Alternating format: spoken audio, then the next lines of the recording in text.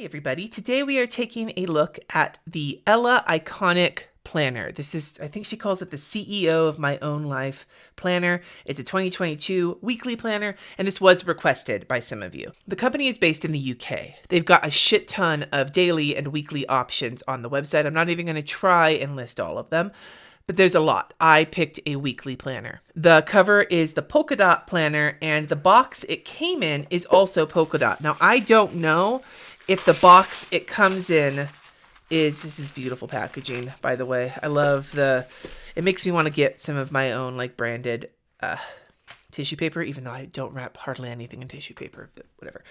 I don't know if the box for the other planners is the same pattern as the planner, or if the polka dot is like their standard situation. I picked the polka dot because I thought it was fucking sick looking. Even if I don't intend to use a planner and I'm just ordering it for review, I tend to pick the cover that I think is the prettiest. That's just how I live my life, you guys. Anyway, the price, they have it listed in a couple different currencies, but since I'm in the US, I'll go with US dollars. So the US dollars base price is $57.63.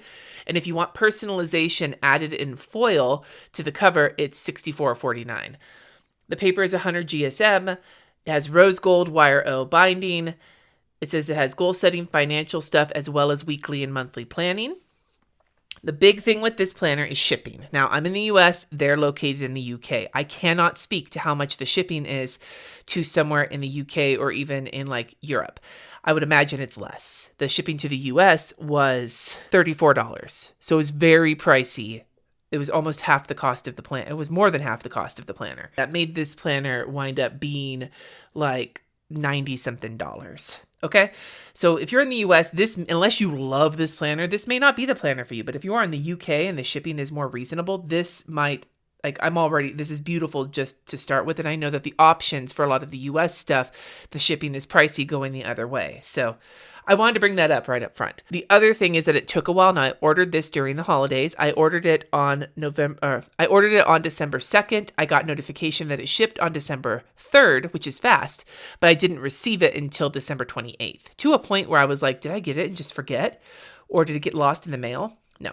So it's just something to keep in mind. Anyway, now that we have talked about the planner, let's take a look. So this is a very beautiful planner. It is, I think, a little bit smaller than 7x9. So here's a Moxie Life 7x9.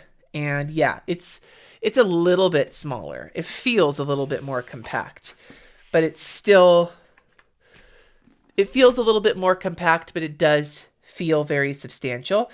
All of the foily, like shiny detail on it is like a coppery rose gold, very coppery kind of leaning. So the rose gold wire O binding, which is beautiful. I hate wire O binding, but it is absolutely beautiful. This is the prettiest wire O cover I think I've ever seen, or quill I've ever seen. Protectors on the corners here are rose gold. The foil is like a coppery rose gold. And then the back that says Ella Iconic on it is the same rose gold. And then the frickin' band is a beautiful rose gold. Like, this is a very, very pretty little planner. So the paper size is about 8 by 6.5. So a little bit bigger than A5, I believe, but smaller than the 7x9. It's a cute little size. It has like a blush colored pocket. The pocket is very, very snug. I would imagine, like, I'm already pulling it off of the glue. So this, I don't know how much you could fit in this pocket without kind of destroying it. The cover, I love this polka dot cover. It's like a nice, like, coated chipboard. It's kind of got a matte surface. It's not too shiny, but it doesn't have that weird soft touch matte to it. You have the front page here that has January through December 2022 with your like information on the front. The welcome pages to, information, planner sections in more detail, how to use. Here's a, Joe Paterno quote. Ooh, isn't he the guy, like the fucking, yeah.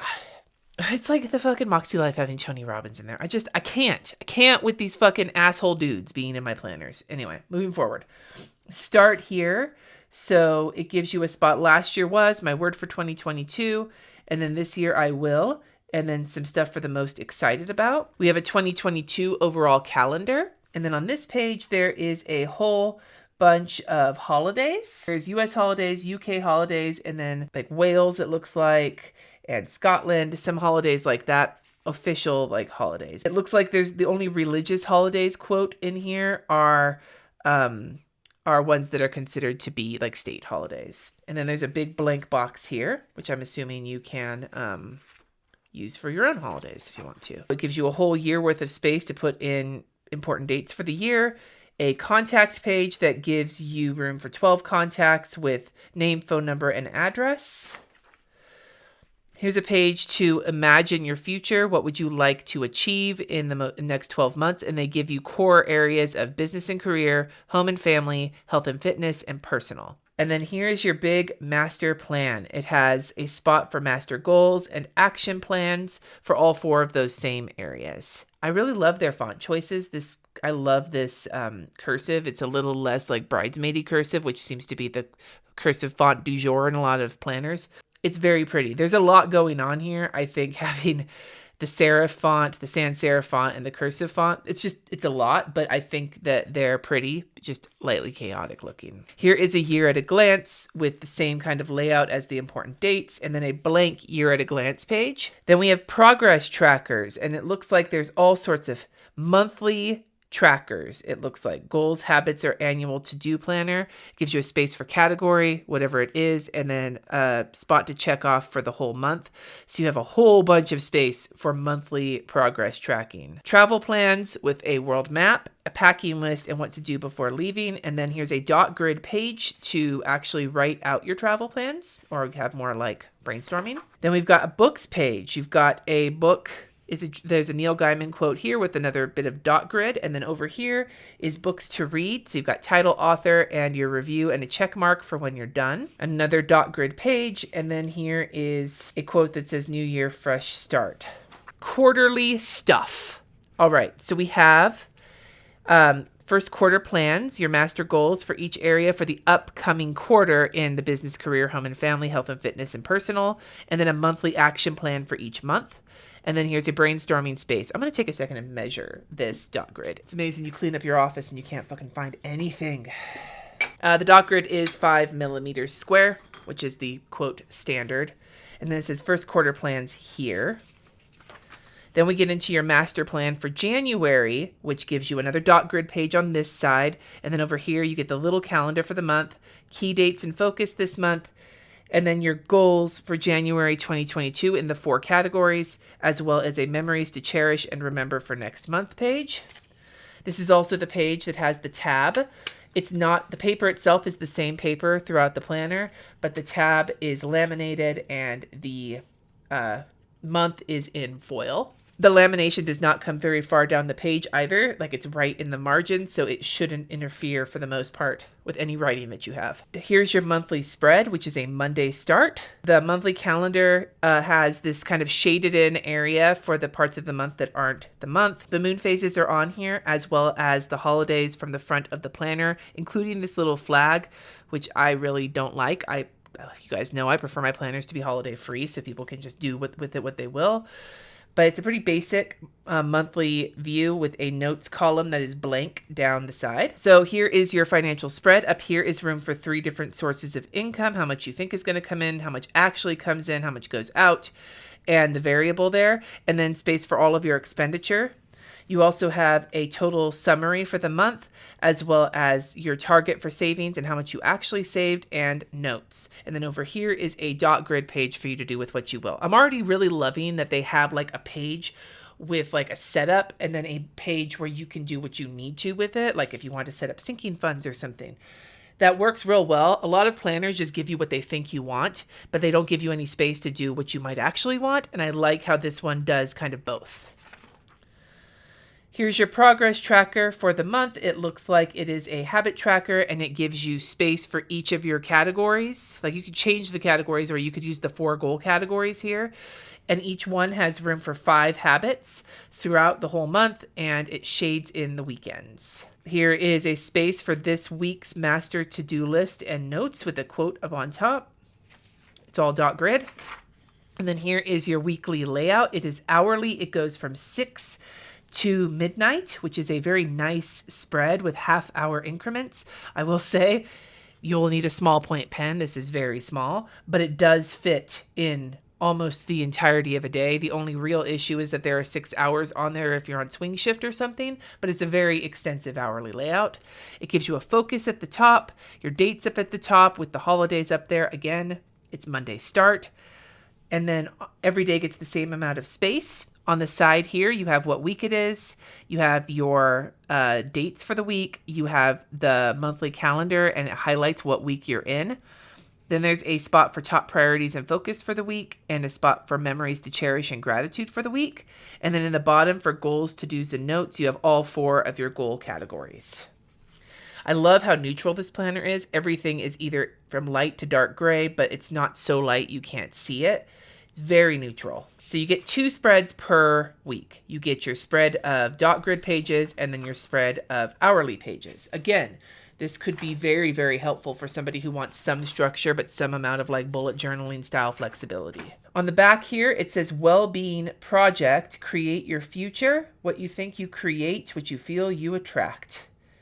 Write down positive affirmations for each area of your life, and it gives you the 4 areas that they focus in on. I don't know if that's in every other month. You have your February, same goal setup, and then you get into the month of February. At the end of February, there's no well-being project. There is just a quote. At the end of March, there's a really big happy Easter situation. So that, if you are not somebody who celebrates Easter, that is a big bummer. And then you have your second quarter plans. Same layout as the first quarter. At the end of April, there is a coloring sheet for color therapy. At the end of May, there is another well-being project, what makes you happy. At the end of June, we've got some wise words to live by, and then your third quarter plans. At the end of July, you get just an extra dot grid note page with a quote on it. At the end of August, you have another well-being project with a letter to your future self. At the end of September, you have a quote, and then you have your quarterly plans for fourth quarter. At the end of October,